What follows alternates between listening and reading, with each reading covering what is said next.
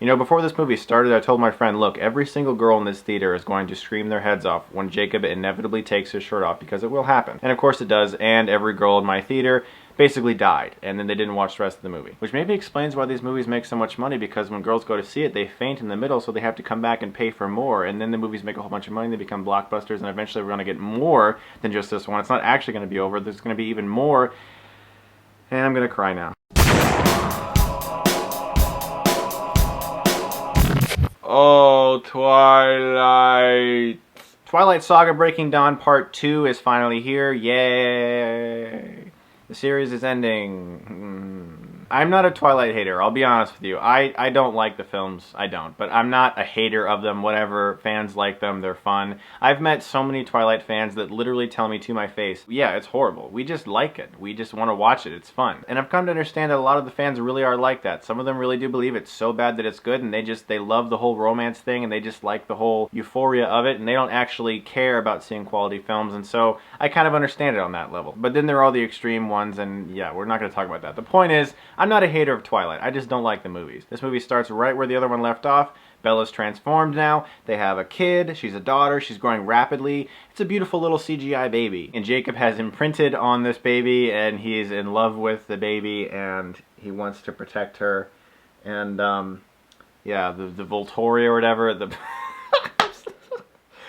I'm sorry, I'm still laughing about the fact that Jacob's a pedophile. Moving on. The Volturi, the big old clan of vampire people who rule the world now in their vampire ways, they're not happy because apparently they think that this baby is an immortal baby, an illegal vampire that was actually born from two vampires, and this thing is going to trash everyone because apparently immortal babies kill everyone and they explode and it's a giant rage fest, and the Cullens and everyone have to try to convince the Volturi that no, Bella was actually human when they had this baby and it's not really immortal and everything, and it leads to this big old battle. And if you're a fan of Twilight, you're gonna love it. I don't really know why you'd be watching this video if you are a fan of Twilight, because you know, I mean, just go watch it. You're gonna love it. I mean, it's inevitable. You will like it. You still think I'm stupid because I'm telling you that I didn't like it, even if you haven't seen the film yet, but I have. That's just how it is with the people who are like really super hardcore fans for material. It doesn't matter what I say. If you like it, then you're gonna go and you're gonna like it. That's just how it is. You're gonna enjoy it, so go see it. For all the rest of us, it sucks. I'll give this movie props though. There is one really good scene in this movie, a battle scene, which was a lot of fun and it was entertaining, and there was a cool little turnaround thing that happened, and I won't spoil it for you, but it was cool. I liked the way they handled it and it was fun. I've never really blamed the actors in these movies. Like, people are always like, oh, Kristen Stewart gives a horrible performance and Robert Pattinson's all stoic and Taylor Lautner can't act at all. The script for these movies is just so terrible and the dialogue is so awful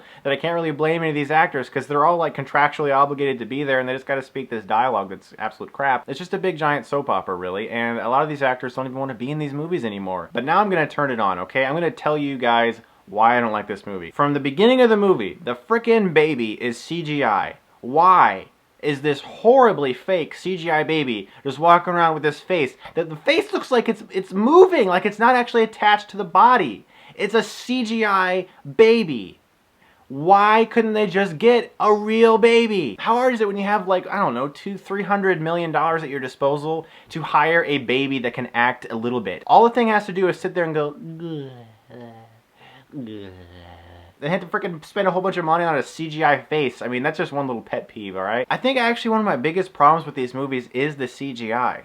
It's not good. Like, the wolves look cool, but whenever these people run around, it just looks so fake. It looks like 1990s television Sci-Fi Channel special effects. There's a shot where Kristen Stewart's running, like, really fast and everything, and you can tell the green screen and everything, but it just looks so fake, and I'm wondering why they can't spend money to get good-looking special effects. And look, I gotta bring it up, okay? I know that fans have defended this story element, and they're gonna defend every story element in these books, no matter what happens, because they love Twilight. Jacob imprinting on a baby is the creepiest frickin' thing I have seen in a movie all year. He's staring at this little child in love with it, and then he nicknames it Nessie.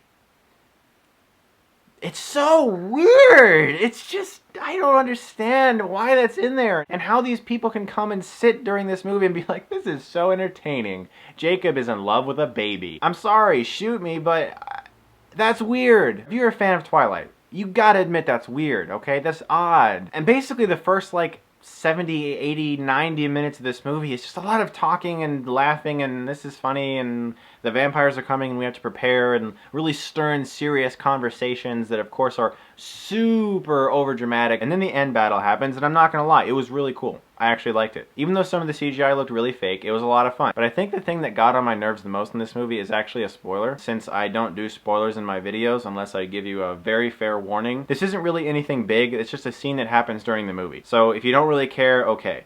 But just as a warning, I'm about to spoil something, so if you don't want to know that, skip to the end or whatever. Near the end of the movie, Bella and Edward are sitting together, and Bella's like,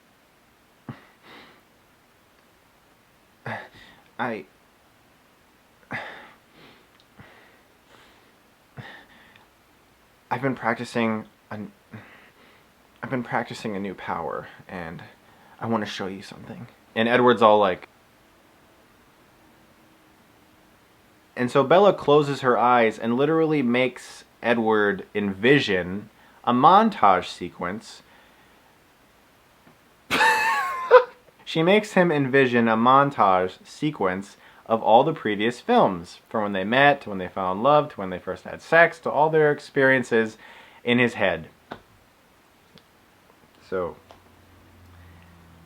she showed him a montage sequence of the other movies. That's her power. Is that just really dumb to anyone else? The filmmakers obviously wanted the fans to see like their professional version of a fan video of all of these moments where they've been in love and everything. And so they decided to give Bella a random power in which she can envision montages and show them to Edward's mind. So, it's over! There's no more! Maybe? I don't know, there might be. God. But look, like I said, fans, you'll enjoy it, go see it, you will poop. You'll love it, you'll poop everywhere, you'll be so happy, and you'll have fun. Good for you, have fun with Twilight. For the rest of us, this movie's not good. It is better than part 1, I'll give it that, but I'm still going to give Twilight Saga Breaking Dawn a D+. Thanks a lot for watching, guys, and as always, if you like this, then you can click right here and get Stuckmanized.